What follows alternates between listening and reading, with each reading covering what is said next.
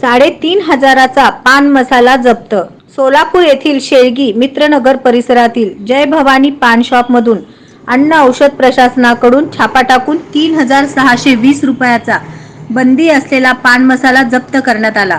ही कारवाई दिनांक 23 जानेवारी रोजी झाली।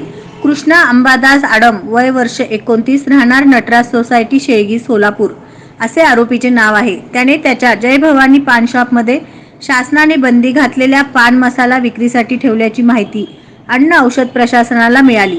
त्यावरून तेथे छापा टाकून 3,620 रुपयाचा पान मसाला जप्त करण्यात आला। याबाबत अन्न औषध अधिकारी रेणुका रमेश पाटील यांनी जोडभावी पेठ पोलीस ठाण्यात फिर्याद दिली असून पुढील तपास सहाय्यक पोलीस निरीक्षक जाधव करत आहेत। नवनवीन बातम्या पाहण्यासाठी SB न्यूज चॅनलला लाईक करा, शेअर करा, सबस्क्राईब करा।